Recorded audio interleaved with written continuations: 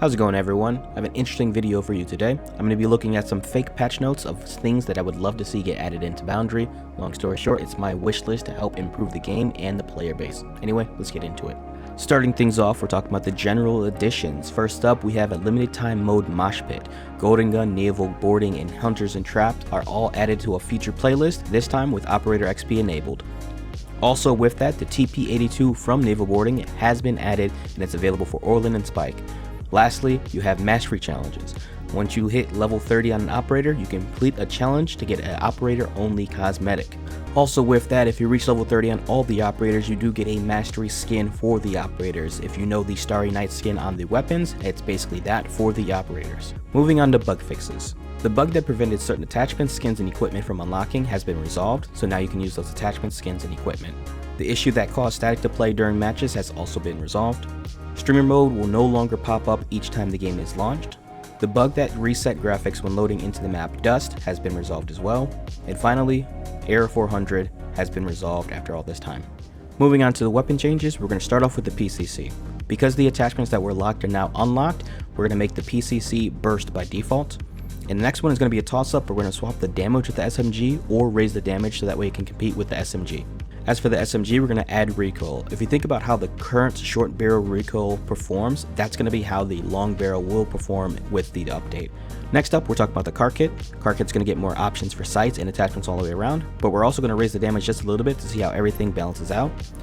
Moving on, we're going to talk about the AR. We're going to lower the damage to 27 as a base.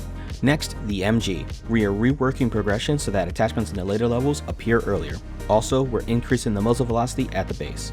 Finally, we're introducing lore weapons. These are weapons that handle better on certain operators. For instance, the TK will handle a lot better on Orlan.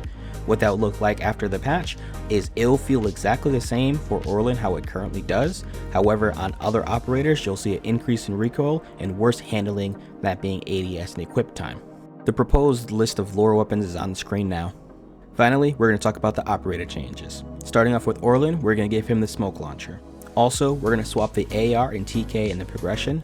Before, the TK was unlocked by default. Now it's going to be unlocked where the AR was, which should be level 13. Next up, Probe. We're going to swap the car kit for the TK to diversify his weapon pool and give him a close range weapon. We're also going to nerf the duration for motion sensor and for Probe. Next, Leeway. Again, we're nerfing the duration for motion sensor, but we're also swapping the SVD for the PCC to diversify the weapon pool for Leeway. We hope that with this swap and the changes to the PCC, that Leeway has a decent mid-range weapon to compete with the TK or the AR. Next up, Doc. We're increasing the radius for Med, however it's going to work very similar to how EMP does. That being, the closer you are to the center, the faster you heal. Moving on to Spike, this cooldown for Jet is going to get increased even more. Finally, Fort. Fort will be getting the deployable shield and the shield minigun combo. Speaking of the minigun, there will be a slight increase to accuracy to make it a little bit more viable.